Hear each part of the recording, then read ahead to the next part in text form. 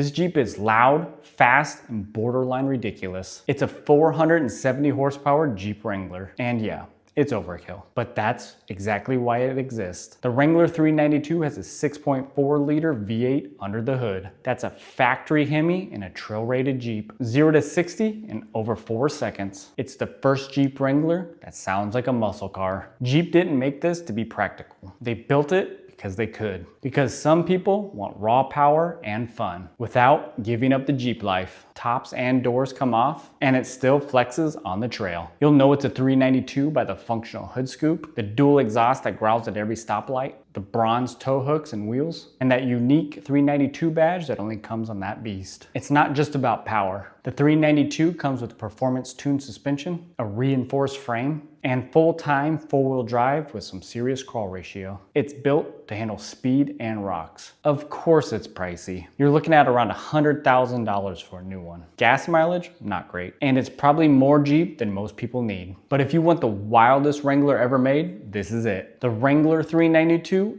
isn't for everyone. But for those who want everything in a Jeep, power, performance, personality, there's nothing else like it. Remember to hit that like button, subscribe if you haven't, and I'll see you in the next video.